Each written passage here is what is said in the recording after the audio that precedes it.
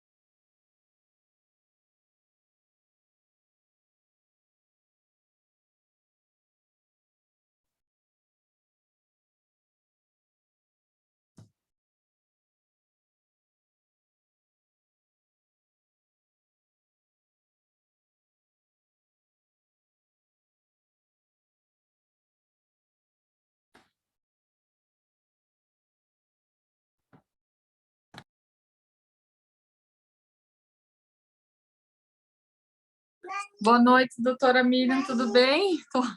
Tô arrumando as coisas para o João aqui. Ei, Bárbara, tudo jóia? Tudo. Vem cá, vem cá. Olha aqui, ó. O xerox aqui, ó, do João. Gostosa, gente! Amiga. Como passa rápido! Olha o tamanho! Ela está com 1 ano e 3 meses. Gente, 1 ano já e 3 meses. Falando, correndo, brincando, tá enorme. Nossa. Uhum. Mel, eu não tô te ouvindo. Eu acho que é o seu fone, porque aqui tá que você tá conectada. Amor, venha sentar. Vou pôr o João aqui para sentar só para eu arrumar a imagem dele aqui. Tá joia. Tá? Beijo. Vem com o papai. Beijo. E aí, Miriam, querida? Ei, João, tudo jóia? Como está você? Tudo em paz? Tudo bem, sua bonequinha tá linda. Tá uma coisa de louco. Tá uma coisa... Eu vou olhar para cá ou para lá, amor? Veja aqui como é que você tá. O que você tá achando? Tá bom, tá ótimo. Não tá escuro? Você não tá escuro? Tá achando que tá escuro, Miriam, ou tá tudo bem? Não, tá claro. A claridade tá boa, sua distância tá boa, só que você ainda tá torto. Eu tô me arrumando ainda aqui. É. Assim. Aqui é melhor. Só que olha como é que é a câmera. A câmera é aqui embaixo. Não, é melhor aqui mesmo. Deixa aqui mesmo. Pronto. Agora é 7 horas, né, Miriam, que tá marcado? Isso, é agora que o povo começa a entrar. Daqui a pouquinho. Tá. Então você vai tá. terminar de se arrumar. Ele vai terminar de se arrumar. Eu vou pegar uma aguinha ali e já volto, então. Fique à vontade. Eu só te avisei porque caso você quisesse para testar, justamente para isso que eu te avisei. Tá Tá. bom, combinado, Miriam. Até daqui a pouco. É, tá. Um pouquinho. Venha, Já. filha. Boa Venha, noite. amor. Me escuta, Miriam? Tá me Agora tá escutando? top. Tá me escutando? Tudo Não. ok? Agora tá legal. Ai, obrigada, então, amiga. Então, eu vou só mutar aqui para terminar as coisas. O currículo do João Paulo é aquele que está no panfleto, né? Então, até daqui a pouco. Mesmo.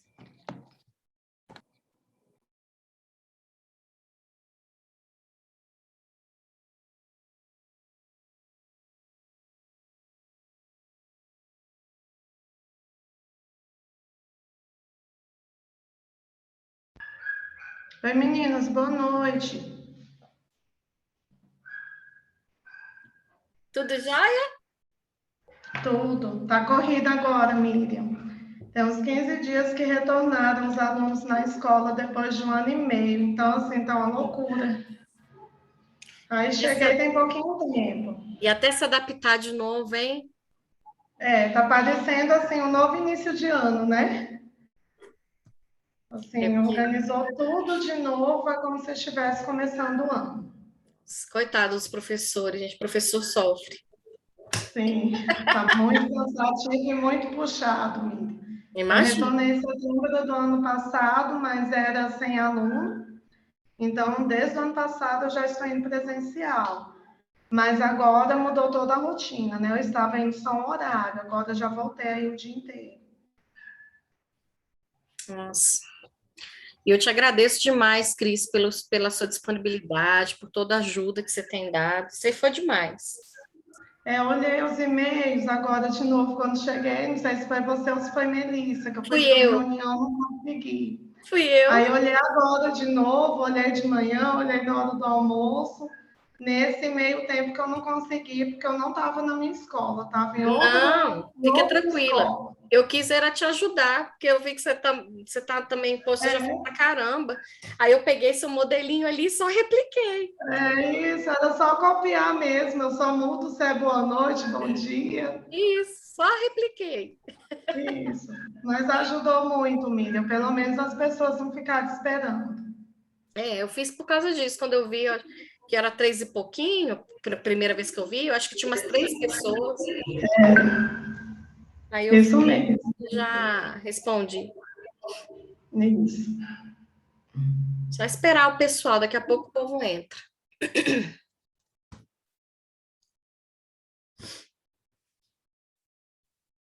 Oi, Cris, boa noite. Estava te ouvindo, só estava aqui pegando o currículo do João Paulo. Oi, Melissa, boa noite.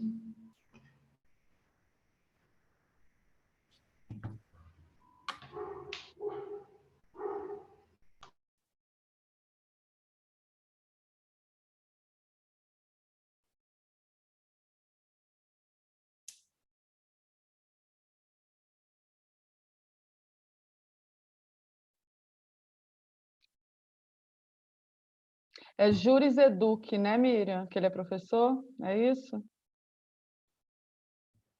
Isso mesmo.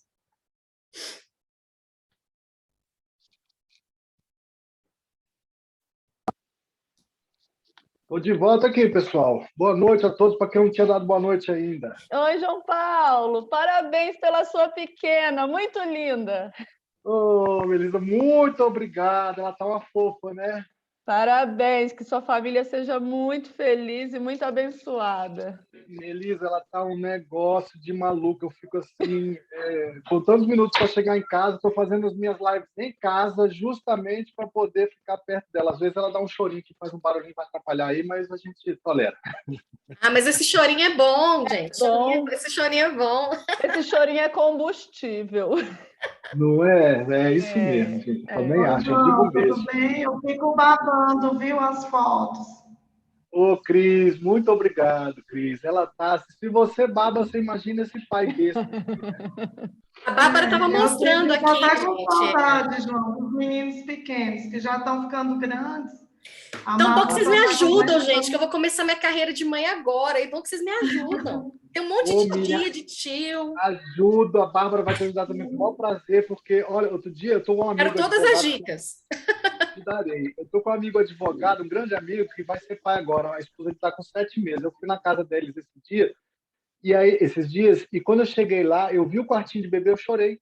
Eu chorei Ah, lembrando da Pietra pequena, gente. Então, assim, a gente é Gente, mó prazer em imagina ajudar quem tá eu. começando.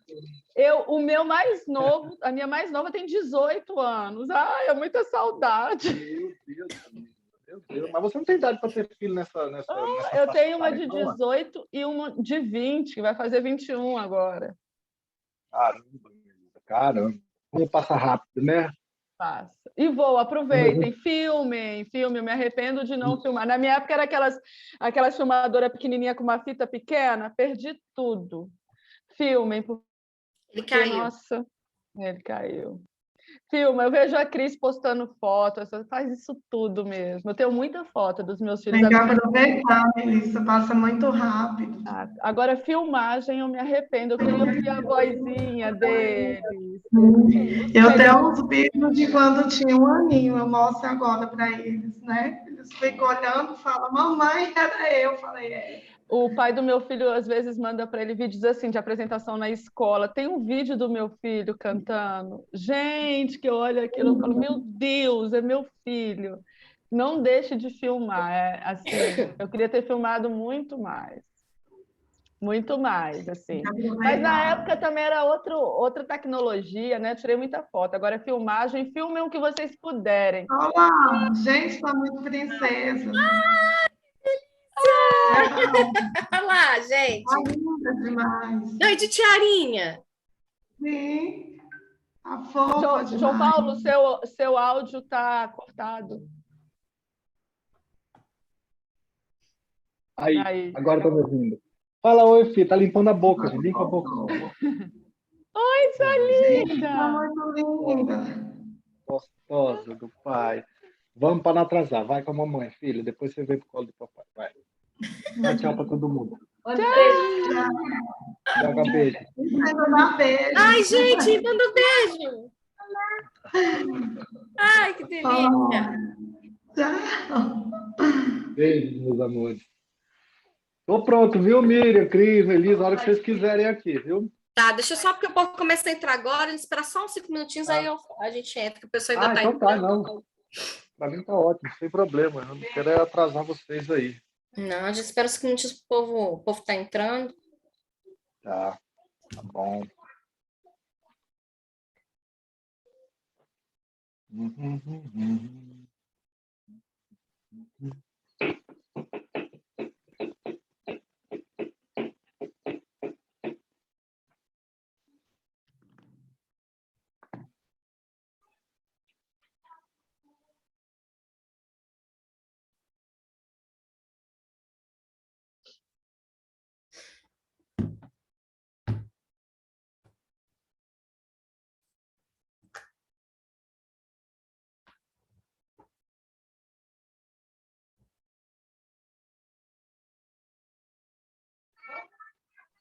E o tempo, gente, meu de fala? Quanto tempo vocês querem que eu fale? Para ver se eu corro, se eu vou mais devagar.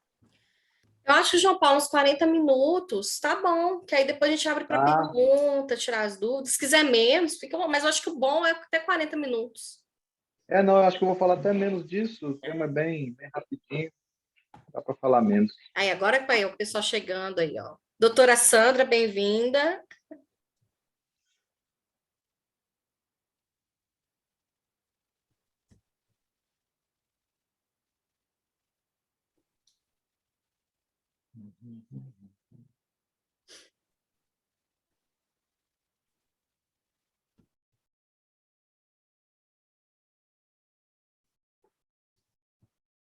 A gente só vai esperar só uns 5 minutinhos, tá? E a gente começa. Para privilegiar quem está chegando, né? Que chegou no horário, tudo certinho, né? Não atrasar ninguém.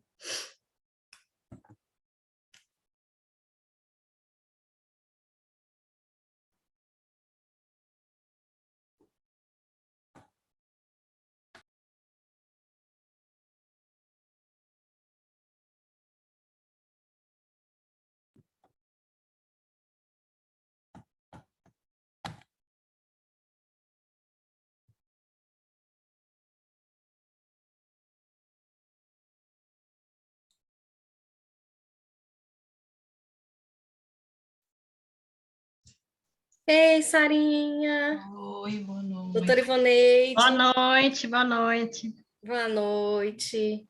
Olá. Oi, boa noite.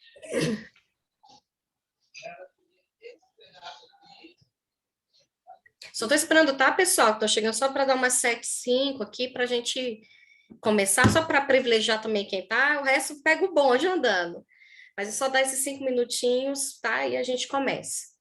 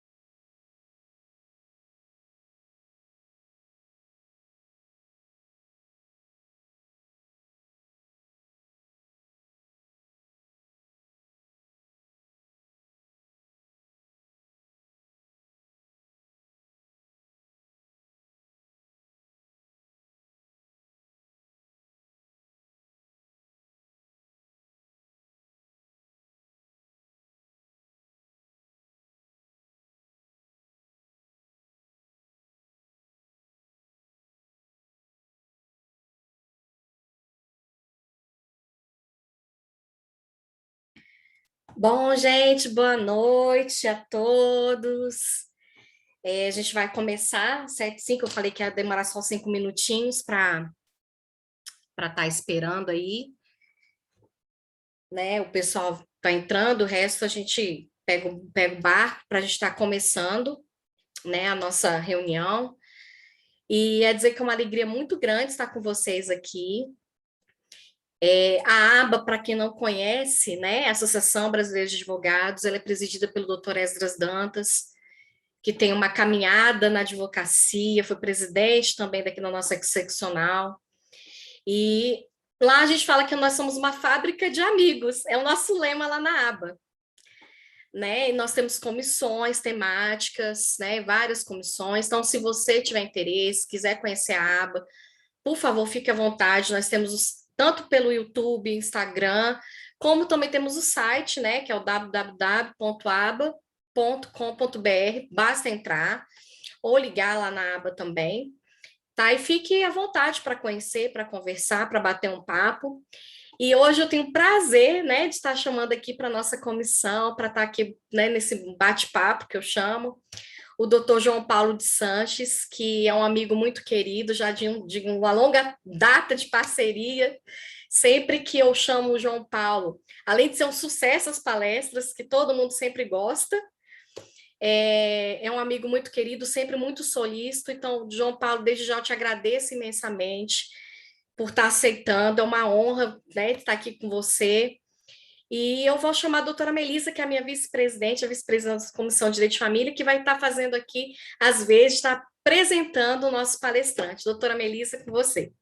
Obrigada, doutora Miriam. Boa noite a todos. Quero agradecer a participação de todos vocês. Doutor João Paulo, um querido, assim, sou fã, ele sabe, aprendi muito com seus cursos, eu lembro lá no ano de 2016, 17 ali, eu participava de todos os cursos da ESA e, assim, aprendi muito, muito. Sou muito grata por todo o conhecimento que você tem repassado, toda essa sua trajetória aí, tá? Eu vou apresentar agora o currículo do Dr. João Paulo, que dispensa apresentações, porque eu tenho certeza que todo mundo aqui conhece e é fã do trabalho, mas o Dr. João Paulo ele é advogado graduado pelo UniCeub, pós-graduado em Direito Processual Civil pelo IDP, em Direito de Família e Sucessões pela Universidade Cândido Mendes. Ele é presidente da Comissão de Direito da Família da OAB nos anos de 2013 a 2015, presidente da Comissão Nacional de Direitos dos Idosos da ABA, professor da ESA e do Juriseduc, e é palestrante coordenador de pós-graduação do IBDFAM e tria de cursos jurídicos em Brasília. Doutor João Paulo, seja bem-vindo, vou te passar a palavra, e eu me sinto muito honrada, juntamente com a nossa Comissão de Direito de Família da ABA, em ter você aqui palestrando. Muita gratidão. Te passo a palavra. Obrigado, Melissa. Estão me ouvindo direitinho? Então, né? Boa noite a todos. Para mim, uma enorme alegria estar aqui de novo, presente na ABA, cujos quadros já fiz parte, pude fazer parte, né, como Nacional dos Direitos dos Idosos. Fiquei muito grato e honrado ao meu querido amigo, presidente Dr. Esdras Dantas, na ocasião. Tenho boas lembranças do Dr. Esdras, que foi parceiro do meu pai, do meu já falecido pai, e deixo aqui o meu registro, o meu carinho, o meu abraço, Dr. Esdras. Meu agradecimento especial a você, Melissa, a você, Miriam, a Cris, que também está aí sempre organizando esses eventos maravilhosos. Sou sempre muito bem recebido por vocês, e os elogios eu acredito essa amizade, esse carinho que é recíproco, né? Vocês exageram sempre, eu estou sempre tentando aprender com cada convite desse que vocês fazem para mim. Eu estou sempre tentando me dedicar, Miriam, Cris e Melissa, para dar o meu melhor e para tentar contribuir, né? Esse tema que me é proposto sobre a advocacia colaborativa, eu tenho muito prazer em falar sobre isso. E às vezes tenho percebido que fica aquela impressão assim de, poxa, mas parece que você é o certinho, nunca erra, está sempre colaborando. Não, eu erro também, às vezes tenho as minhas falhas, às vezes não sou tão colaborativo quanto acho que todos nós devemos ser, mas os posicionamentos, as impressões, as experiências que eu vou tentar trazer aqui para vocês, que eu tenho trazido ao longo desses anos ao falar sobre esse tema, é sempre no intuito de nós todos melhorarmos, inclusive eu, obviamente, né? Então, não me considero assim acima de ninguém, não me considero o mais correto dos advogados no sentido de estar sempre certo e colaborando ao máximo. Eu sei que às vezes a gente vai para a guerra, a gente vai para a briga, a gente foi treinado para isso, e nem sempre é possível a gente adotar posturas mais colaborativas ou conciliatórias, como desejável e como é uma premissa, inclusive, do que eu vou falar aqui agora, inclusive trazendo todas as premissas do novo CPC. Estou olhando para o meu relógio aqui para marcar o tempo. Se eu começar a falar demais, vocês me tesorem, por favor, tá? Miriam, Melissa e Cris aí. Feitos esses agradecimentos especiais, saúdo a todos, aí desejo boa noite a todos, saúdo a todos na pessoa da queridíssima doutora Miriam, essa gigante que está sempre aí batalhando por um direito melhor, mais moderno e atualizado. Vou pedindo desculpas, minha filha está saindo com minha esposa, às vezes vocês vão ouvir um barulhinho de um bebezinho gritando, um bebezinho fofo demais, que eu amo, que está saindo ali, espero que não atrapalhe as coisas que eu tenho para dizer. Antes de entrar no assunto, quero deixar um convite para todos vocês. Como a Melisa bem disse, eu estou tendo a honra e a alegria de coordenar uma pós-graduação aqui no Distrito Federal, que é a pós-graduação do IBDFAN Nacional, em parceria com a Tríade Estudos Jurídicos. É uma pós-graduação que conta com um corpo docente, no meu entendimento, mais preparado do Brasil na área de família e sucessões. É uma pós voltada para a prática, para tudo aquilo que esses professores que lá estarão, pelo que eles lecionam, pelo que eles divulgam nos livros deles, eles trazem agora para a prática e nos passarão nessa pós-graduação.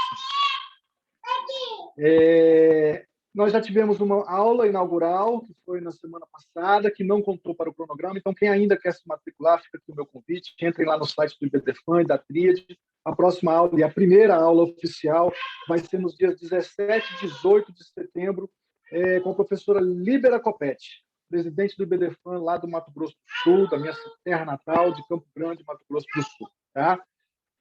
Pessoal, o tema hoje que Miriam me propôs, com muita habilidade, muita atualidade, que sempre são inerentes a Miriam, aí, trazendo temas bastante instigadores, é sobre a advocacia colaborativa nas questões de família, nos processos de família. Como eu disse no começo, é um tema que me é bastante caro, eu gosto muito de falar sobre isso, porque acho que podemos todos, sem exceção, todos nós advogados, e todos aqueles que entregam o sistema jurídico e que compõem o sistema jurídico de um processo judicial, todos nós devemos sempre melhorar, todos nós devemos adotar posturas essas que eu tentarei deixar aqui para vocês, algumas dicas, alguns lembretes e algumas sacadas que têm aparecido durante a minha advocacia, minha atuação aí há mais de 21 anos nos tribunais. Primeira coisa que eu quero deixar para vocês em termos de advocacia colaborativa, Miriam, é que o novo CPC, que já não é tão novo assim, né? Ele é de 2015, entrou em vigor em 2016, completando 5 anos, portanto, agora, no ano de 2021, é que o CPC traz algumas premissas e algumas alterações em algumas impressões que nós tínhamos antigamente. E uma delas é que os advogados não são mais vistos como, ou pelo menos não devem ser vistos como adversários. Se eu tenho uma causa contra a doutora Cristiane, que aqui nos escuta, eu não tenho que ver a doutora Cristiane, na minha modesta concepção, como uma adversária. Pelo contrário, eu tenho que vê-la como uma aliada, uma colaboradora para uma construção de uma solução que vai favorecer tanto ao meu cliente quanto ao cliente dela. E, havendo menores envolvidos, crianças ou adolescentes, essa solução tende a ser muito mais eficaz, tende a ser melhor elaborada e talvez até executada se contar com a participação de todos aqueles envolvidos. E nesse ponto eu trago, pessoal, que a gente tem que afastar essa conotação de adversariedade, de que advogados são adversários, de que eu vou litigar contra fulano de tal. Eu não vou litigar contra fulano de tal. As partes estão litigando entre elas e nós, advogados, devemos ter uma postura cada vez mais colaborativa, cada vez mais buscando uma solução consensual de um litígio, que também é uma premissa trazida pelo novo CPC. Então, a primeira coisa que eu gostaria de deixar bem claro é que nós devemos afastar, deixa eu botar meu celular aqui no modo lua, senão vão ficar chamando a gente aqui, é que os advogados, então, deixam de ter esse papel de adversários. Nós fomos treinados na faculdade, Miriam, para a gente ser combativo, para a gente entrar com processos judiciais, para a gente litigar a todo custo. Na minha época de faculdade, então, eu tenho mais velho que todos vocês aqui, sequer se falava em posturas colaborativas, em advogados que não têm a conotação de serem adversários, né? Então, a gente começa afastando desde logo essa conotação. Já tive casos contra advogados aqui em Brasília extremamente combativos, extremamente competentes, inteligentes, diligentes e aguerridos, e que depois da gente entrar em conflito no campo das ideias, no campo ideológico, em audiências e repetições, nada impede que após uma audiência contra a doutora Melisa, onde eu estarei advogando de um lado e ela de outro, nós ali, depois de discutirmos as ideias, saímos de lá e vamos tomar um caldo de cana, vamos comer um pastel, vamos tomar um cafezinho, vamos conversar, amizade prossegue. Então, o primeiro ponto que eu quero deixar claro para os senhores e senhoras que estão me ouvindo é que a gente tem que afastar essa posição de advogado adversário. Tá? Segundo ponto é que alguns advogados têm cometido erros que, para mim, são preocupantes e que afastam essa postura colaborativa, e que dificultam a construção de soluções consensuais, de soluções que minimizem a dor e o sofrimento dos nossos clientes e que acabam por fazer alongar o curso de um processo. Então, um processo que poderia ser resolvido em 2, 3 meses através de reuniões, trocas de minutas, e o alcance de um acordo, acabam durando por demais porque alguns advogados trazem conceitos errados. Ou até mesmo, além de conceitos errados, adotam posturas que, para mim, são equivocadas, Miriam. Que posturas são essas? Eu costumo falar muito disso e dou muita ênfase a isso. Primeira postura equivocada é o advogado tomar para si o direito do cliente. O direito não é nosso. Estou falando aqui para os advogados e eventuais defensores públicos que estejam nos ouvindo. O direito é do cliente. Nós seremos contratados para defender esses direitos, seja através de um processo judicial ou através de algumas práticas colaborativas que alcancem um necessário acordo. Então, tomar para si o direito do cliente, primeiro, faz com que nós nos desviemos da técnica, da sensibilidade e até da frieza que, atuando nessa área de família, nós devemos ter, tá? Para descarregar doses pesadas na tinta das nossas canetas, aqui fazendo analogia às nossas petições, quando a gente toma para si o direito do cliente. Eu sei que, por muitas vezes, querida Melisa, é difícil a gente se afastar da dor do cliente e não se sensibilizar com ela. Hoje mesmo tive um atendimento no escritório de uma cliente que chegou com a questão de um abuso de seu neto. O neto de 4 anos estaria sendo abusado pelo seu padrasto. E nessa ótica, é claro que uma notícia como essa, quando chega até nós, causa repulsa. É indignante. É claro que a gente primeiro torce para que esse abuso não seja verdadeiro, mas, em segundo lugar, a gente não pode tomar isso como uma verdade, porque vai que não é verdade. Vai que é uma construção mentirosa ou um subterfúgio para obter algum outro ganho qualquer. Então, o primeiro cuidado que nós devemos ter quando atuamos na área de família e sucessões é não tomar para si o direito do cliente. É sermos técnicos, é sermos frios e é sermos sensíveis, obviamente, ao problema do cliente, com ele se sensibilizar, mas não necessariamente tomar para si, porque o direito não é nosso. Dito isso, meus amigos, um segundo erro que me parece muito preocupante e que atrapalha a advocacia colaborativa como um todo é advogar em causa própria nas ações de família e sucessões. Eu digo isso porque é muito comum, e tive um exemplo recentemente, esse ano ainda, quando entrei em contato com a parte contrária, sempre faço isso, essa é uma dica que eu vou deixar aqui para vocês, pintou uma causa no seu escritório, a primeira coisa que vocês devem fazer no meu entendimento, até adotando uma prática colaborativa para a construção de um acordo, minimizando os custos do cliente, o desgaste emocional e o tempo que um processo judicial leva, é procurar a parte contrária. É tentar convidá-la para tomar um cafezinho no seu escritório ou em outro lugar que ela queira, ou marcar uma reunião virtual, já que estamos em tempo de pandemia, né? Tudo isso incluído no valor da primeira consulta que eu aconselho que vocês cobrem do seu cliente, e dizer a ele, vão entrar em contato com a parte contrária. Mesmo que o seu cliente diga que acha impossível uma composição, porque às vezes os ânimos estão tão acirrados, as mágoas estão tão afloradas, os ressentimentos são tantos, Miriam, que quando você pergunta para o seu cliente, há uma possibilidade de composição com a parte contrária, e eles dizem não e eu nem quero, e você deve dizer, aconselho a que todos digam, mas eu vou tentar um contato, vou tentar quebrar o gelo, vou tentar romper essa barreira de tanto ressentimento, tanta mágoa, para ver se a gente alcança uma conciliação. É claro, também, e eu pondero aqui, que nem sempre isso é possível, e que às vezes a guerra se faz necessária iniciar-se no judiciário, para talvez no curso de uma demanda judicial, a gente possa, então, efetuar essa prática que estou recomendando a todos vocês. E aí sim procurar a parte contrária, quando os ânimos já estão um pouco mais arrefecidos, para tentar alcançar uma solução adequada e consensual. E digo que advogar em causa própria nessas hipóteses atrapalha muito.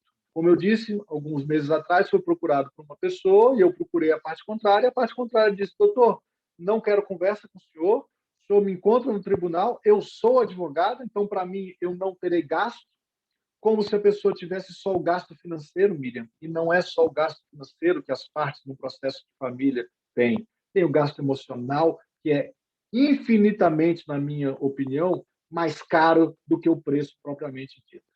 Então, quando o advogado diz eu vou advogar em causa própria, eu já fico com o pé atrás, com muito pé atrás, porque em causa de família ela vai escorregar, ela vai carregar na dose, ela vai despejar sentimento, ela vai despejar rancor nas suas petições e o juiz vai perceber, e isso vai atrapalhar. Eu digo muito que nós temos que facilitar o papel do juiz, e a gente aprendeu na faculdade que a nossa petição inicial deve ser o espelho da sentença que almejamos.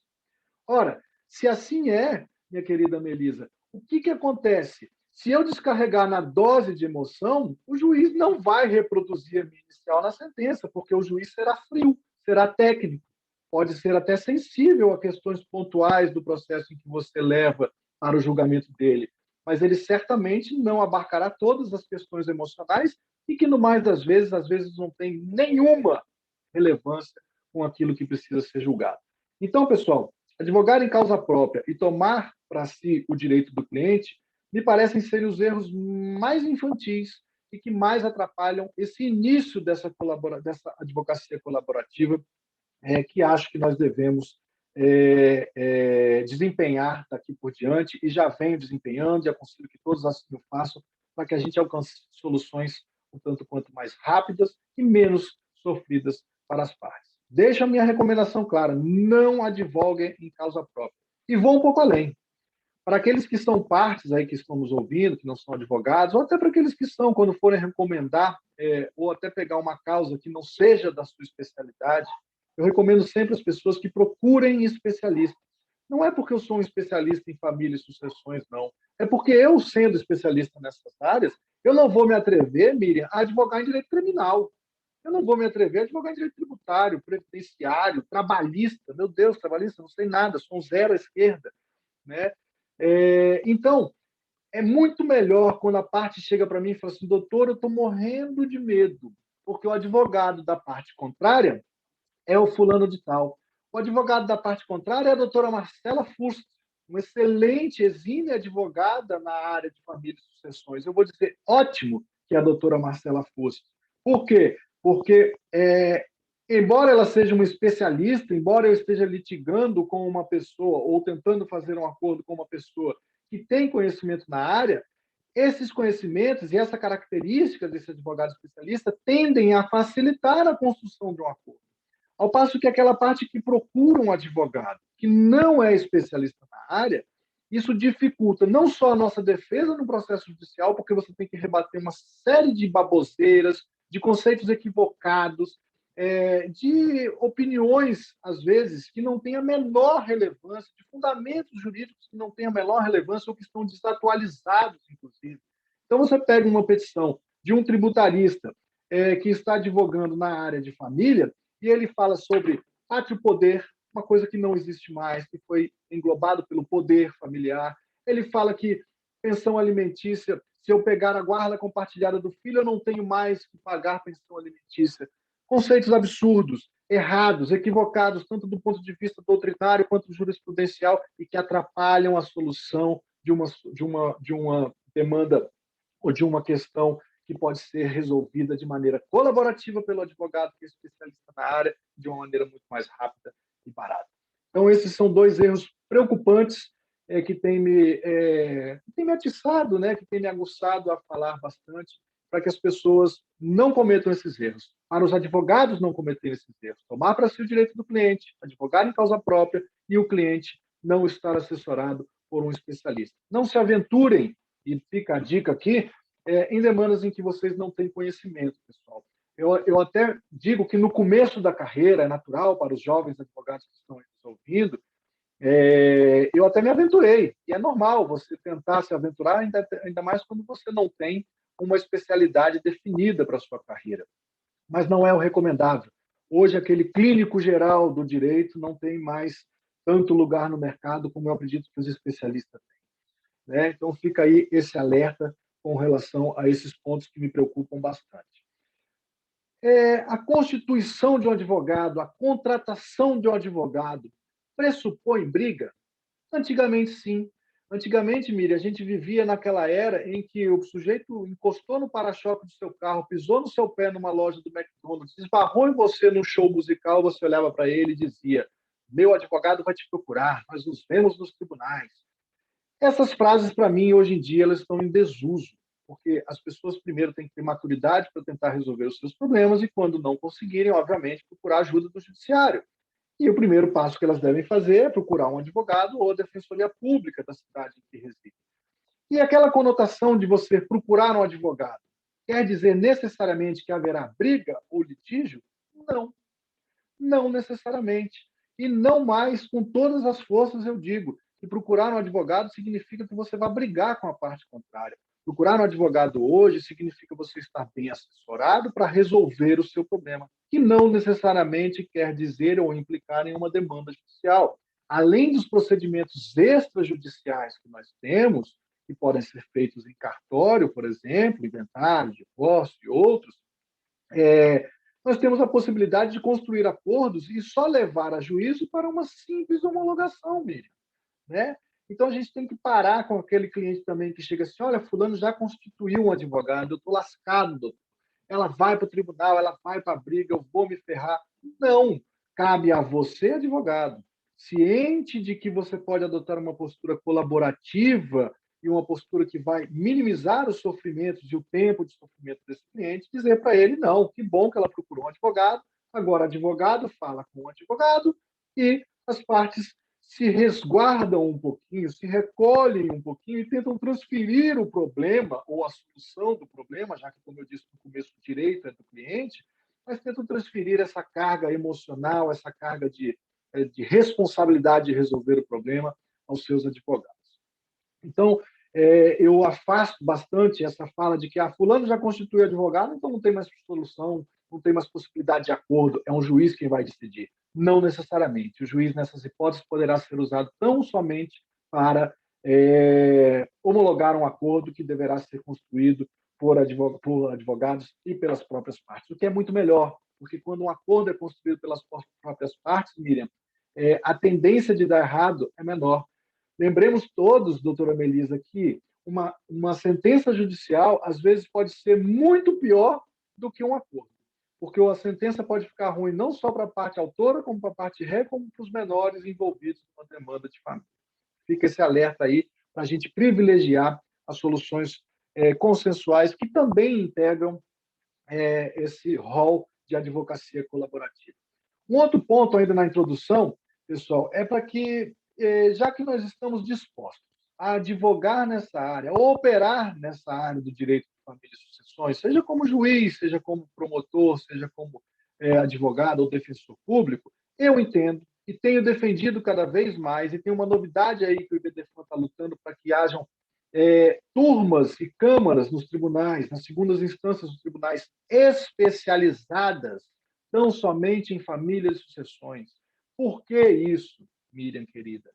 Porque entendo eu, já de longa data, desde que ingressei nos estudos e na atuação do direito de família há 14 anos atrás, que o operador do direito nessas áreas ele deve ter uma sensibilidade acima do normal, uma paciência aguçadíssima e também acima da média, e focar na técnica, sendo um tanto quanto mais frio, como devem ser todas as áreas do direito, você atuar tecnicamente, mas na questão de família e sucessões, pessoal, eu entendo que a sensibilidade deve ser redobrada. Aquele juiz que veio de uma vara fazendária, de uma vara criminal, que veio do tribunal de júri, e cai numa cadeira de juiz de direito de família, ele deve se embrenhar dali por diante dessa sensibilidade que deve existir a nós, advogados e operadores do direito de família e sucessões. Por que isso? Porque ali não está se discutindo um contrato de leasing propriamente dito, um contrato bancário de mútuo, não está se discutindo uma relação locatícia, coisas que não têm essa sensibilidade, que são letra fria da lei e que você não precisa ter essa sensibilidade, essa humanidade, esse humanismo, né? Esse viés para olhar um pouco mais para a pessoa e, como diz o professor Cristiano Chaves de Farias, um pouco mais de alteridade com L, de se colocar no lugar do outro, de empatia. E isso é preciso não só a nós, advogados, que atuamos nessa área, mas também a todos os operadores que nela atuam. Então, pessoal, é de se exigir daquele que se dispõe a atuar nessas áreas um tanto quanto mais também de sensibilidade e, claro, paciência, porque os problemas que nos são trazidos nessa seara do direito realmente requerem um ouvido um tanto quanto mais atento, um olhar aguçado e muita paciência para lidar com os clientes. Não gosto muito daquela frase que dizem que nós somos um pouco psicólogos também dos nossos clientes. Nós não somos. Não somos, em termos técnicos, treinados. Aqueles que não são, pode ser que tenha alguém que tenha uma formação de advogado e psicólogo. Não é o meu caso. E acho que não é o caso da grande maioria. Mas nós não somos psicólogos das partes. Eu sei que quando nós dissemos essa frase, nós estamos querendo dizer que nós devemos ouvir, que nós devemos ter exatamente essa sensibilidade que estou lhes alertando. Mas não necessariamente nós devemos ficar ali sendo tratados como psicólogos e as partes despejando sobre nós todas as suas mágoas, ressentimentos, angústias, etc. E tal. O que eu costumo fazer? Eu sempre ouço, nós temos que ouvir, faço o filtro necessário. E para aqueles clientes que nós percebemos que eles querem nos fazer de psicólogos, puxe um cartãozinho de um psicólogo, entregue para ele. Lá no escritório eu tenho um convênio com 3 consultórios, tenho parcerias, né, com 3 consultórios. Eu digo, procure esse psicólogo, fale meu nome, vai te dar um desconto, inclusive, e são psicólogos que eu recomendo, que eu tenho confiança, confio na competência deles. Procure esses psicólogos e essas coisas que você cliente, está me trazendo, despejem, descarreguem lá e ele vai elaborar um laudo que vai contribuir, inclusive, com o meu trabalho em um processo, na construção de um acordo. Portanto, pessoal, sensibilidade, paciência e muita técnica é o que deve nos pautar na advocacia de família. Um outro ponto, pessoal, que eu anotei aqui para falar com os senhores e com as senhoras. Como ser colaborativo? Como que nós, advogados, podemos atuar de maneira cada vez mais colaborativa? Primeiro, acertando nos conceitos, como eu disse agora há pouco, um conceito de guarda compartilhada, que as pessoas dizem, eu vou pegar a guarda compartilhada do meu filho, como vai ser compartilhada, eu não preciso mais falar em pensão alimentícia. Errado, erradíssimo. Ou então eu confundo rotineiramente guarda compartilhada com guarda alternada, um instituto que sequer está previsto em nossa legislação, que sequer tem sido acolhida, não sei, em algumas hipóteses, ressalvas e exceções, pelo nosso judiciário. Então, quando o advogado começa a se utilizar de conceitos equivocados, ele não está sendo colaborativo. Ele dificulta o trabalho não só do outro advogado, que vai ter que, de certa forma, dar uma aula para ele na sua defesa, ou na próxima peça que for produzir um processo, como dificulta o trabalho do juiz. Eu sou um árduo defensor aqui de que os juízes trabalham muito, como nós, advogados, trabalhamos também. Tem muita gente que diz, juiz não trabalha tanto assim, é cheio de assessor, e eu sinto uma dose de inveja, uma certa dose de dor de cotovelo, né, Miriam? Se você acha que o juiz não trabalha tanto, faça um concurso, estude e vá se tornar um juiz. Eu acho que o juiz trabalha e trabalha pra caramba, tá?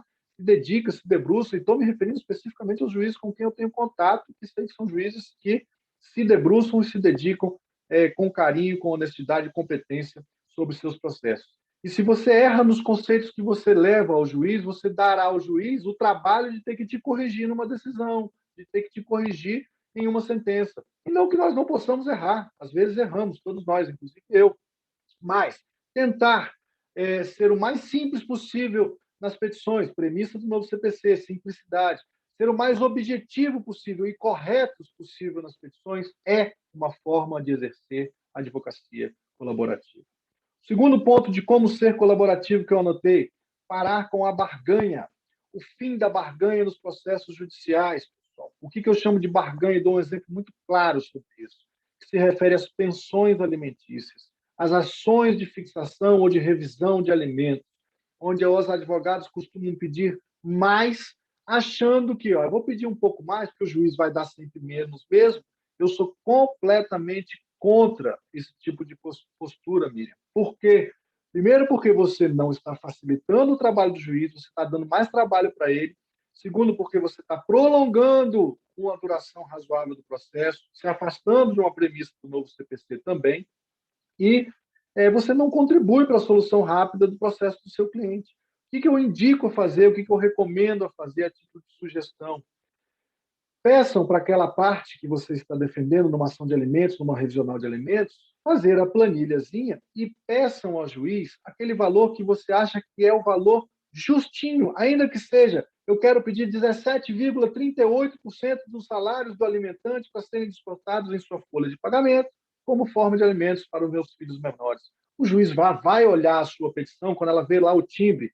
Miriam Mendes, advogada especialista em direito de família, trazendo, opa, lá vem a petição da doutora Miriam. Essa advogada, ela é simples, ela é objetiva, ela não erra nos conceitos, e ela faz o quê? Ela faz um pedido certo, sem barganhar. Ela não vai me pedir 30%, que é um mito que as pessoas acreditam que a pensão alimentícia, o máximo é 30% e o mínimo é 10%, nós devemos corrigir isso, e você aponta para o juiz com uma planilha que pede, tanto nos alimentos provisórios a serem fixados, quanto nos alimentos definitivos, exatamente aquele valor que você demonstrou com provas e com uma planilha de que é o que necessitam os alimentandos. É óbvio que, às vezes, você pode se exceder um pouquinho, pedir um pouco mais ou pedir um pouco menos, mas quanto mais próximo você tiver daquilo que a sua planilha representar e parar com essa barganha, você estará sendo um advogado colaborativo também. Você facilita o trabalho do juiz. Nós temos o cacoete, Miriam, querida, de sempre dizer que os processos demoram, os jurisdicionados, nossos clientes reclamam disso mais ainda, né? A postura do advogado tem muito a ver com isso. Recorrendo de decisões que não precisam recorrer, que pode ser até passível de aplicação de multa protelatória, ou pedindo coisas que são absurdas, que são a mais do que o direito que ele tem certeza que o cliente dele tem, mas ele costuma pedir a mais porque, eu peço a mais que o juiz vai dar menos mesmo, nós temos que mudar essa cultura. Eu vou defender essa tecla sempre com muita garra e com muita força, porque eu acho que isso é colaborar para um processo mais justo, mais célere e mais barato, inclusive. Barato não só ao cliente, quando eu digo barato, pessoal, ele é barato também ao Estado, porque quanto mais você movimenta a máquina judiciária, mais caro para o Estado é. E aí a gente vem e faz uma hipocrisia. Nossa, eu pago tanto imposto, é tão caro viver no Brasil. Sim, você alimenta o judiciário. Hoje mesmo, Bárbara, minha esposa, me contou de um cliente que a procurou, ela está advogando também, para minha alegria, para o meu regozijo, para o meu amor, né? De um cliente que a procurou, dizendo, o meu seguro, eu bati meu carro, deu seguro, e o seguro está me pagando R$ 300 a menos do que eu tenho direito pela tabela FIP do meu carro, eu vou procurar a justiça. E Bárbara disse para ele acertadamente, meu amigo, engole essa aí, o que você vai gastar de advogado, o que você vai movimentar no judiciário, a máquina judiciária, movimentar um juiz, um oficial de justiça, um perito, seja lá o que for, os advogados, olha o tempo, olha o desperdício de tempo, de dinheiro, de como dizer meu pai, de tutano, de cérebro, de desgaste profissional por causa disso. Não que R$ 300 não seja dinheiro, é dinheiro para todo mundo. Mas, dependendo do valor do carro, dependendo do valor da ação, é melhor abarcar esse prejuízo do que você movimentar o judiciário para tanto. Pessoal, e o terceiro ponto de como ser bastante colaborativo é também afastar, dentro dos conceitos equivocados, algumas pechas que recaem sobre algumas figuras do direito de família que têm sido muito mal interpretadas, Miriam, que têm sido muito difamadas, inclusive, que são, e eu defendo muito isso, os padrastos e as madrastas.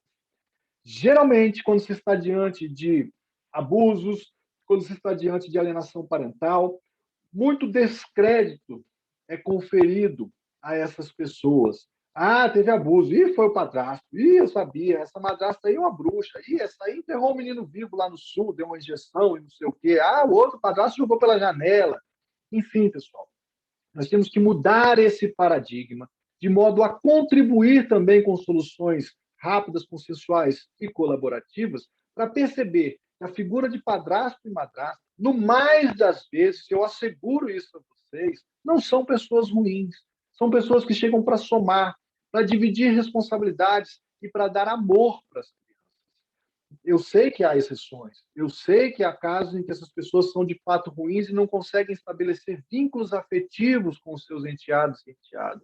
Mas se nós mudarmos essa postura na cabeça dos nossos próprios clientes, e eu dou um exemplo muito claro, chega um cliente do escritório, doutor, agora o meu marido está lá com aquela outra, aquela madrasta da minha filha, e agora que o caldo vai desandar mesmo, porque a mulher é uma bruxa, porque eu sei que ela vai abusar da criança, ela não vai maltratar, e por que você não muda um pouco esse enfoque e diz, essa pessoa pode levar a sua filha no colégio, na natação, pode participar de uma reunião de pais do colégio quando o pai ou você não puder. Temos que passar a olhar o padrasto e a madrasta, nas hipóteses em que isso for possível, como colaboradores, como pessoas que chegam para somar. Ganham as crianças e os adolescentes quando tem o amor dessas pessoas. É mais uma pessoa para lhes dar cuidado, atenção, carinho, afeto, acima de tudo, pessoal. Então, esse é um outro paradigma que eu gostaria de deixar muito claro, para a gente tentar ser mais colaborativo e parar de atacar em processos judiciais apenas por essa pecha cultural que nós temos arraigada dentro de nós, Miriam, de que padrasto e madrasta só servem para atrapalhar e não nutrem amor, e não é verdade. Atenção para isso. Já estou me alongando, Miriamzinha, mas já eu acabo, já estamos com 30 minutos aí. Quero lhes falar também, pessoal, como prática colaborativa, que é extremamente importante a gente perceber as mudanças trazidas pelo novo CPC, como premissas trazidas pelo novo CPC, que incentivam a cooperação, está lá no artigo 6º do CPC, né? E nós devemos ser advogados cada vez mais colaborativos. E colaborativos em que sentido? Em todos esses em que eu acabei de dizer aqui para vocês, além de tantos outros que nós podemos, sem sombra de dúvida, desempenhar em nossas funções para alcançar soluções mais rápidas e justas. Vou botar meu óculos de velho aqui, que eu estou ficando velho mesmo, não estou enxergando mais nada de perto quando estou de lente de contato. O que diz o artigo 6º, eu vou ler muito rapidinho para não cansá-los.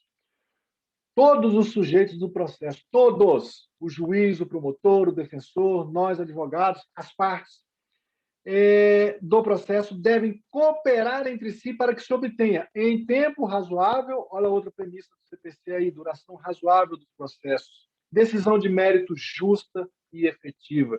Pessoal, esse artigo 6º deve ser lido, a gente tem que deixar ele preso lá no banheirinho, todo dia, quando você vai escovar os dentes, olhar lá, artigo 6º do CPC, eu tenho a obrigação de cooperar para um processo justo, uma decisão célere, cada vez mais rápida e eficaz para o meu processo. Pensemos nisso enquanto advogados, para podermos desempenhar, portanto, esse princípio da cooperação, que abarca também o princípio das soluções cada vez mais rápidas e também de facilitação ao acesso da justiça e duração razoável do processo. Atenção às premissas do novo CPC. É muito importante que nós tenhamos atenção às premissas do novo CPC para contribuir com soluções mais justas e eficazes.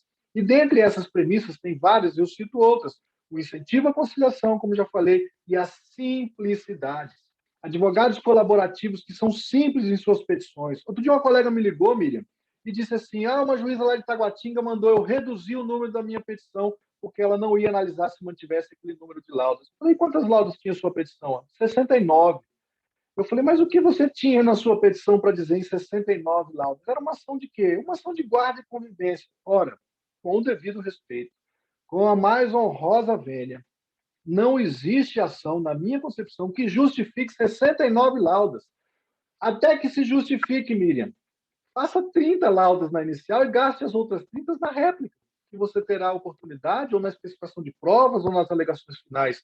Agora, a simplicidade deve estar presente. A gente tenta, eu sei que é inerente à profissão do direito como um todo, da advocacia, do magistrado, etc. E tal, a gente falar rebuscado, usar palavras bonitas, latim, etc. E tal. Em alguns casos elas são cabíveis, como eu acabei de usar, com a devida vênia, né, com licença dos que pensam de modo diverso.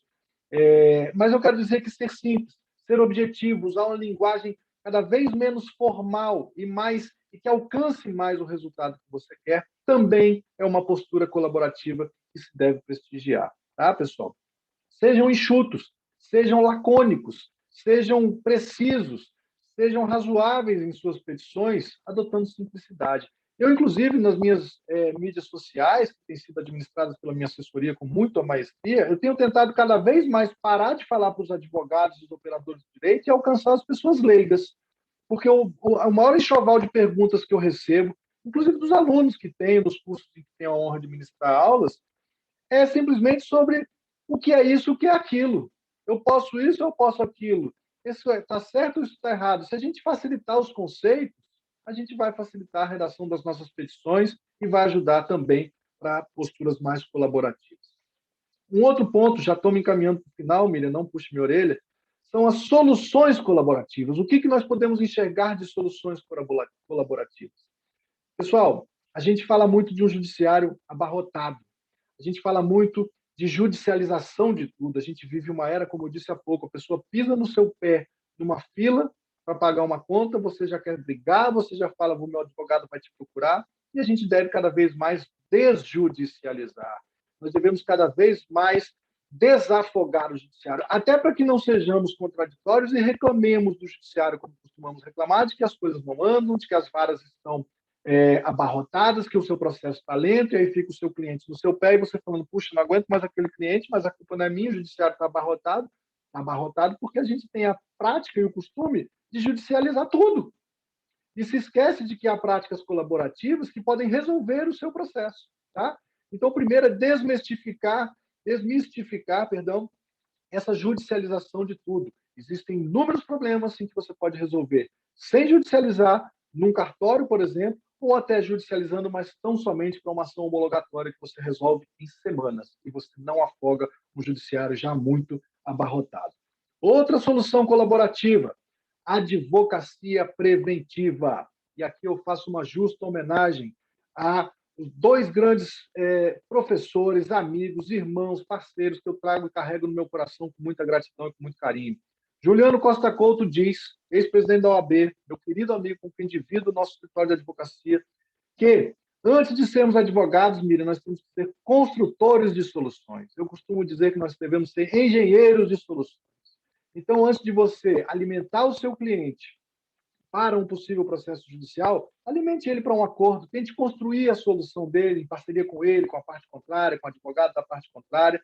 E diz Christian Fettermold, meu outro irmãozinho do coração, excelente advogado, foi meu professor, um grande incentivador da minha carreira, fica aqui minha justa homenagem a ele também. Fala muito sobre advocacia preventiva. As pessoas nos procuram com a corda, não é nem no pescoço, não, Miriam, é aqui já, ó, a água está por aqui, já está se afogando faz tempo. E aí, às vezes, fica difícil você resolver o problema. Se utilizem da advocacia preventiva, divulguem a necessidade de advocacia preventiva. O sujeito vai se casar, procura um advogado antes. Ah, mas eu não preciso de um advogado para me casar. Eu vou num cartório e me caso. Engano seu. Vá a um especialista e pergunte a ele as hipóteses de pactos antinupciais para você estabelecer o seu regime de bens, as cláusulas de incomunicabilidade, impenhorabilidade, inalienabilidade, a aplicação delas de forma preventiva no direito de família são extremamente salutares e pouco utilizadas, por vezes porque desconhecidas ou porque mal aplicadas. Então, essas cláusulas restritivas de direitos, aplicadas quando de uma advocacia preventiva, como difunde meu querido irmãozinho Christian Fettermold, devem ser também incentivadas numa advocacia preventiva, por nós incentivados. Nós, advogados, devemos incentivar os clientes a nos procurarem preventivamente.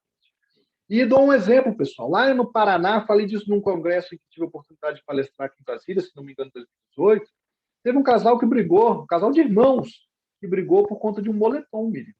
Chegou na caixinha um moletom endereçado para um dos irmãos, o outro irmão, não sei se desenganadamente ou propositadamente, abriu a caixa, olhou aquele casaco de moletom e falou, que casaco bonito, vou ficar com ele para mim. Para além da conduta, um tanto quanto reprovável do ponto de vista moral e educacional, de você se apropriar de uma coisa que não é sua, violar uma correspondência, que é crime, né?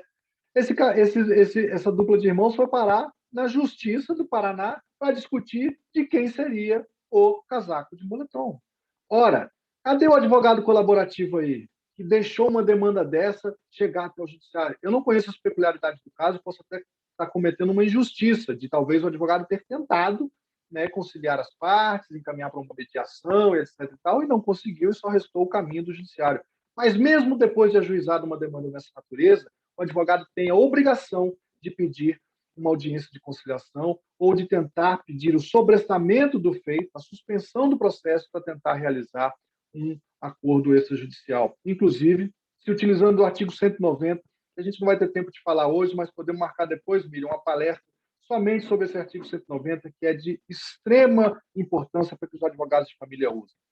E aí, pessoal, eu trago aqui uma grande controvérsia que entendo haver no Código de Processo Civil quando se trata de posturas colaborativas dos advogados.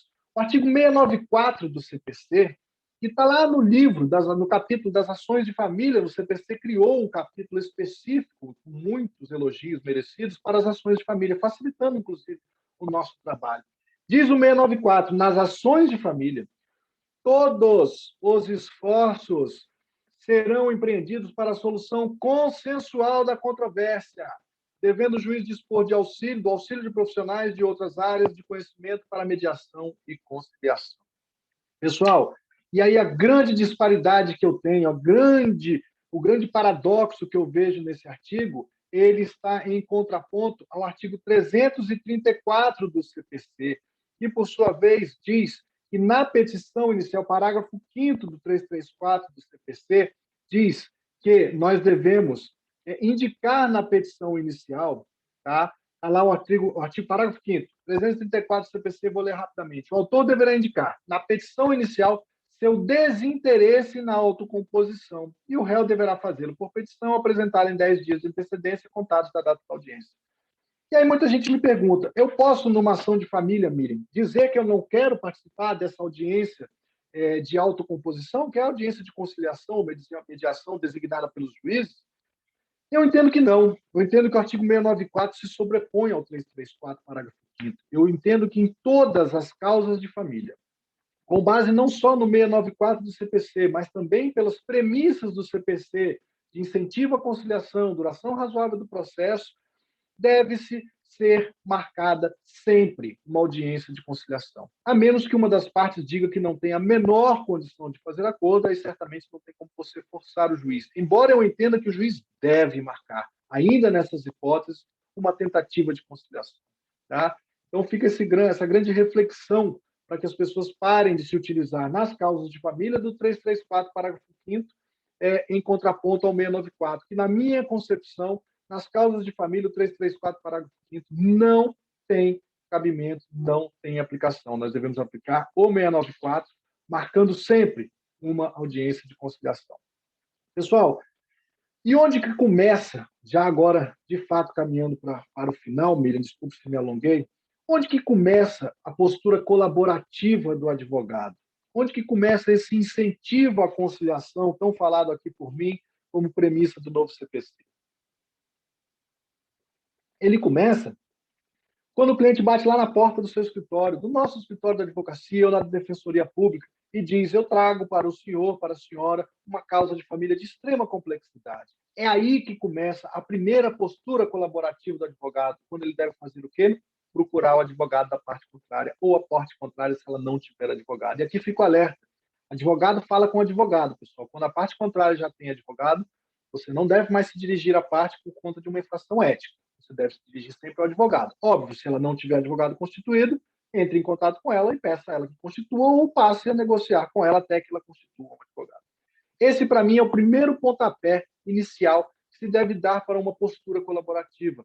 Conversar com o seu cliente e dizer que vai procurar a parte contrária para buscar, para tentar conciliar, para, como diz Juliano Costa Couto, com muita sabedoria e maestria, construir uma solução amigável e resolver o problema do seu cliente.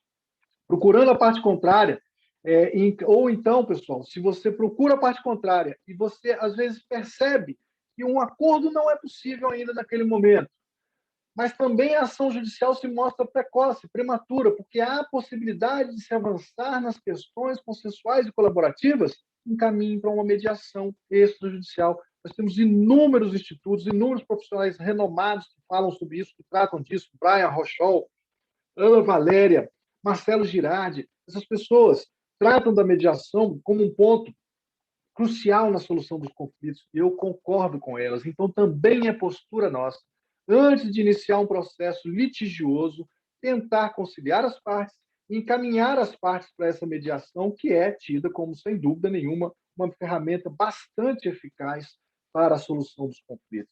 Mediação ou conciliação. Então, a primeira postura nossa, procurar a parte contrária, encaminha para uma mediação se você não estivesse se sentindo apto a celebrar aquele acordo e precisar de ajuda de um profissional, e não tendo jeito, entre com a ação judicial e peça de imediato, se o juiz assim não fizer, de ofício, como deve fazê-lo no meu entendimento, aplicando o 694, peça a designação de uma audiência de conciliação.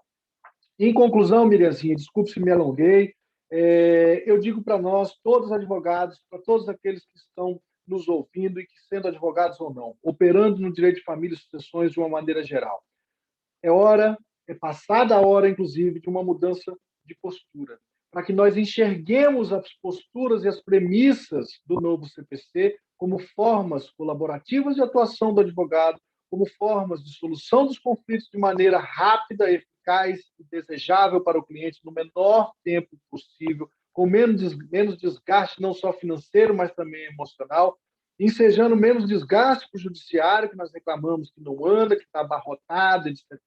Se nós mudarmos as nossas premissas, ultrapassarmos essas barreiras de que fomos treinados exclusivamente para litigar a qualquer custo, nós certamente estaremos aplicando o artigo 6º, que traz o princípio da cooperação como premissa básica do CPC de maneira infalível. Pensemos sobre isso, Miriam, reflitamos sobre isso para que nós possamos melhorar a nossa postura enquanto advogados, melhorar o atendimento aos nossos clientes, facilitar a construção de soluções de conflitos que, por vezes, desagam no judiciário, e a gente costuma dizer muito, Miriam, resolve-se um processo, mas não resolve-se um problema. E essa falha, às vezes, pode ser atribuída a nós, advogados, que não tenhamos tido a percepção preliminarmente, preventivamente, precocemente, de que aquele problema talvez nem precisasse de uma sentença. Eu acho, pessoal, que nós temos que mudar essa postura e observar essas premissas para podermos aplicar o artigo 6º como ele deve ser aplicado.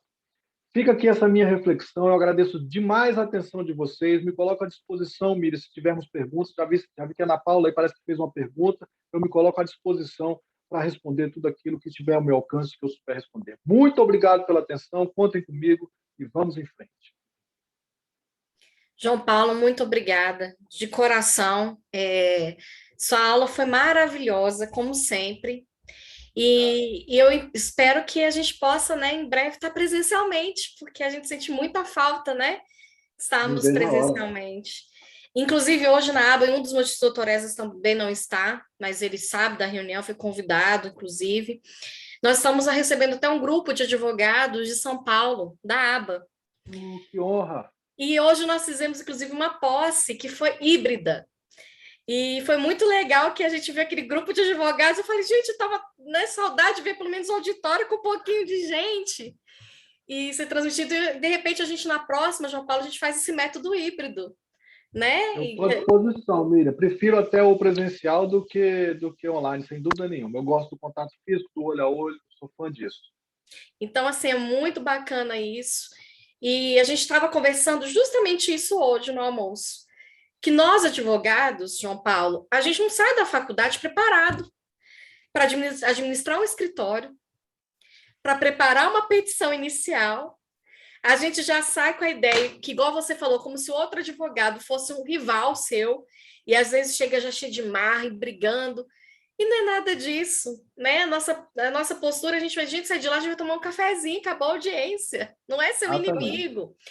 E a gente aprende isso até em constelação familiar, né? O problema do seu cliente, o advogado, ele tem que estar atrás das partes, nunca do lado, e nem na frente. Exatamente. Porque você não pode estar abraçando, né, a causa como se ela fosse sua. Não, você está sendo ali só um porta-voz, acabou. Você não está tendo que abraçar, levar para a sua vida, para a sua casa. Até porque você chega em casa, gente, não sei se vocês sentiram isso, mas tem causa quando você chega em casa, quando você sai, chega que as suas costas chega doendo, né? Que parece que você está levando aquele fardo, aquele peso. E a gente não pode fazer isso. Quanto mais a gente se afastar e levar somente profissionalmente, é muito melhor. E a acessibilidade do juiz, que você me falou isso, eu estava comentando. Gente, eu passei por uma situação, João Paulo, e colegas, que eu falei, gente, que falta de acessibilidade. Não vou comentar o nome, mas a minha cliente lá, a gente sabe que os alimentos para cônjuge é excepcional, né? E temporário. E temporário. Excepcional e temporário. Eu peguei uma cliente ela com quase 60 anos.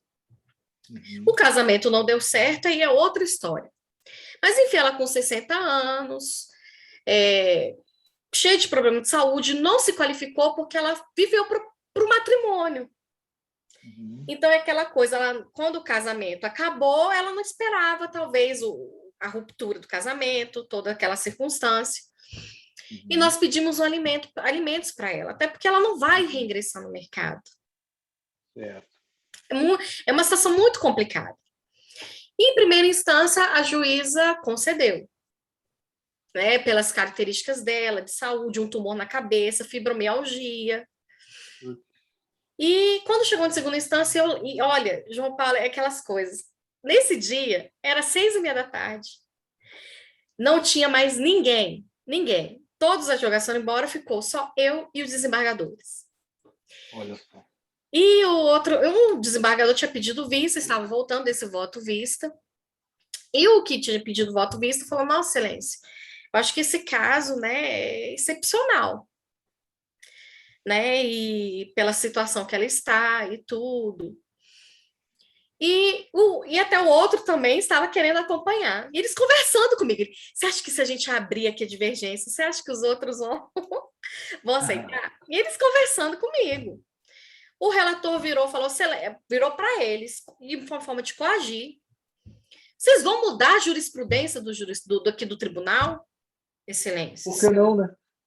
Olha, não, chegou nesse nível. E virou assim: minha mãe tem fibromialgia, ela trabalha até agora. Por que ela não pode trabalhar? Os outros desembargadores se sentiram coagidos e seguiram ele. Meu Deus. Porque eles se sentiram coagidos pela postura do relator. Então, olha como você falou, a sensibilidade do magistrado para estar atuando em segunda instância numa causa assim. Precisa ter essa sensibilidade. E assim, a gente precisa estar na faculdade isso mesmo, né, João Paulo? Já sair com os futuros advogados com essa mentalidade de que eles têm que ser colaborativos, mais sensíveis se for pegar uma causa de família, né? E não sair como se fosse uma guerra, e falta isso nas nossas faculdades, né? Sem dúvida nenhuma. E aí eu deixo aqui mais uma vez o convite para a pós, né? Porque aquilo que você não aprendeu na graduação, você vai ter que aprender na pós ou por conta própria, aprendendo como você aprendeu nesse julgamento aí absurdo, né? Acho isso assim, de uma temeridade. Eu sei que já lá no Rio Grande do Sul já há câmaras especializadas, ou turmas, não sei como é que chama lá, só em direito de família e sucessões. E eu acho que essa sensibilidade, Miriam, ela é essencial. O operador do direito que tiver preguiça e não tiver paciência para se debruçar numa causa de família, ele não pode atuar nessa área, na minha concepção. Pois é complicado. E a gente tem uma pergunta para você, João Paulo. Pois não. Doutor Felipe, você pode ler para a gente? Da Ana Paula, essa pergunta? Posso sim. Eu acho que eu vi, ela disse que quando o juiz não aplica o CPC, não foi isso, doutor Felipe? Isso. Quando o juiz não aplica o CPC. Uhum. Eu acho que essa pergunta da Ana Paula, primeiro, ela é muito pertinente. Obrigado, Ana Paula, pela pergunta e pelos elogios que eu acabei de ver que você fez, assim como o doutor Felipe fez aí. Muito obrigado. Essa pergunta tem duas conotações. A primeira é do ponto de vista até do certo sarcasmo irônico. Tá, mas o juiz às vezes não aplica o CPC. E eu digo isso porque tem varas que têm o seu próprio CPC, tem estados que têm o seu próprio CPC. Eu estou advogando no Tribunal de Justiça de Goiás, e aqui vai uma crítica contundente mesmo, não tenho nenhum receio em fazê-la. O estado de Goiás é complicado de se advogar, as custas são elevadíssimas, o sistema processual dele... Me perdoa, doutor João Paulo, você falou sobre o estado de Goiás ter o próprio CPC. Eu estive em uma conciliação em que não conseguimos fechar um acordo e o advogado falou lá: não deixa, doutora, não quer fechar? O juiz vai ficar a favor do meu cliente. Mas existe um código que assegura a minha cliente. Ele falou: aqui não tem disso não, doutora. Aqui o juiz sabe como fazer. Meu Deus, Melissa. Em uma audiência, em uma conciliação, né? E eu fiquei assim, meu Deus do céu, eu fiquei até com medo de sair da cidade. Eu falei, pronto, vão me parar ali, vão fazer do jeito deles. Mas é exatamente assim. Aqui não tem disso não, doutora. Aqui o juiz sabe como fazer. Eu falei, olha, a minha cliente está assegurada pelo código. Aqui não tem disso não, doutora. O juiz sabe como fazer. Em um processo de alimentos, Meu Deus, Melissa. Olha Só que queria absurdo. deixar registrado que eles acham, sim, que estão acima da lei, que lá o código é deles, do jeito que eles querem. Perfeito. E para você ver, Melissa, como o seu exemplo tem bem a calhar com o que eu ia dizendo. Tem estados que têm o seu CPC próprio ou não respeitam o CPC, e acho que está aí a ironia da pergunta da Ana Paula, muito bem formulada, por sinal, de inteligência aguçada. Porque, do ponto de vista técnico, quando não se aplica o CPC, eu vou falar disso. Agora, do ponto de vista fático, né, quando você vê pessoas não aplicando o CPC, não é porque estão contrariando o CPC ou ignorando, é porque eles criam outras regras, como acontece em Goiás, como acontece em algumas varas aqui no Distrito Federal mesmo. Quando você pede uma determinada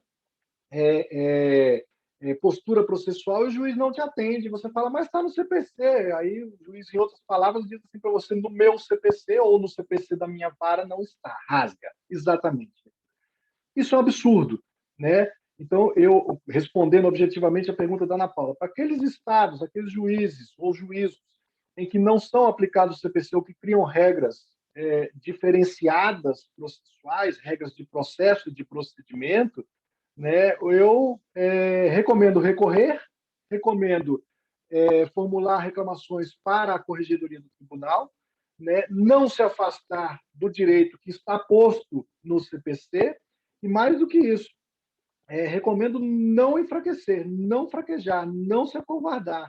Diga por petição, registre no processo isso tudo, e aí eu entro na parte técnica de um não cumprimento. Quando o juiz não aplica o CPC, e aí eu me refiro a uma violação a algum determinado artigo do CPC, que é uma lei federal, e que vai ser atacável lá na frente por um possível recurso especial para o STJ, por uma violação à lei federal, um dos permissivos constitucionais para, depois de um acordo na segunda instância de um determinado tribunal, você entrar com um recurso especial. Então, quando o CPC não é aplicado ou há uma violação ao CPC, ou a uma lei federal, recomendo, Ana Paula, que você comece desde então, desde o seu primeiro recurso, a oportunidade que você tem em fazer um recurso, a dizer claramente, já pré-questionando a matéria para poder alcançar o STJ, de que um artigo do CPC não foi aplicado, ou foi negada a vigência, ou foi aplicado de modo incorreto, indevido, não foi observado. Você já começa a questionar a matéria para levar isso para o STJ, e lá certamente a Corte revisional disso aí vai restabelecer o seu direito por uma má aplicação ou não aplicação do CPC. Espero ter respondido a pergunta, Miriam. Perfeito, João Paulo. Eu creio que sim. Eu acho que alguém tem mais alguma pergunta. Se alguém fale agora, cale-se para sempre. ou espere a próxima live, né? Que certamente eu já deixo aqui, já quero deixar aqui, ficar à disposição, tá, Miriam? A hora que você quiser, é só me chamar, você sabe que eu venho com o maior prazer. Não, com certeza. Você já está na listinha. A gente vai fazer, de repente, esse modelo híbrido.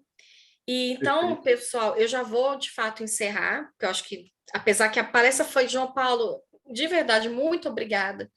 Sua palestra foi excelente, foi motivadora para nós, que a gente sempre tem que lembrar da nossa postura, né, como operadores do direito, que nós temos que agir de forma colaborativa, né, e esperar que os juízes também nos ajudem com isso, sendo também colaborativos. Mas muito obrigada. As portas da aba sempre estão abertas para você, você sabe disso. Com certeza vamos marcar esse outro encontro e vai ser híbrido dessa próxima vez, se Deus quiser. E a gente vai poder fazer esse esquema, poder divulgar até passar no YouTube, porque a gente agora na aba está com esse esquema, então vai ser bem legal. E agradecer minha comissão, né, que, poxa, né, sem palavras o carinho e a dedicação com que esses meninos e meninas aqui se dedicam, né, para a gente poder manter a comissão, fazer os eventos, sempre juntos. Somos uma comissão aqui pequenininha, mas muito unida, e isso é muito gratificante. Então, muito obrigada, pessoal. Quem não é da aba, os doutores que chegaram aqui, que assistiram, muito bem-vindos. E nos procurem, conheçam a aba, que ela está de portas abertas, né? Como eu falei, o lema que até o doutor Esdras usa é que a aba é uma fábrica de amigos, e estamos sempre buscando estar aprimorando, ter as comissões, não só de família, mas tem diversas áreas. Então, procure uma que às vezes você também queira se encaixar, estar junto. E muito, muito obrigada. E, João Paulo, eu quero deixar para você só as considerações finais para a gente estar encerrando. Miriam, eu que agradeço, tá? Em nome do doutor Esdras, a quem eu tenho muito carinho. Eu saúdo a todos vocês, aos membros da sua comissão. Não vou nominar todos, posso cometer alguma falha aqui, mas registro aqui meu especial agradecimento a você, Miriam, a Cris, minha querida amiga, sempre incentivadora do meu trabalho, Melisa, vocês moram todos no meu coração. Não vejo a hora de nos encontrarmos aí presencialmente, tá, Miriam? Contem comigo. E obrigado pela oportunidade de falar sobre esse tema que eu gosto bastante. Às vezes eu tento falar o mais rápido possível, porque esse tema, se deixar, a gente fica aqui até amanhã falando. Eu gosto muito, né? Tenho lutado muito. Vou dar um curso com o Dr. Jailton sobre isso, vou dar uma aula lá no curso dele sobre advocacia colaborativa, tamanha importância que eu, e acredito que ele também, reputamos sobre esse tema que no meu sentir, essencial para a gente favorecer não só os nossos clientes, mas para melhorar a advocacia como um todo. Conte sempre comigo, Miriam, obrigado pela oportunidade, desejo uma boa noite, saúde para todos aí, fico sempre à disposição de vocês. Tenho carinho por todos aí, muito obrigado por tudo. Então, muito obrigada, João Paulo, muito obrigada, pessoal. Conto com vocês nos próximos eventos. Fiquem ligados, aí a gente sempre está divulgando. E venhamos conhecer na aba. Boa noite, gente. Um excelente resto de semana. Fique com Deus, até mais. Beijão para todos. Tchau, tchau. Tchau.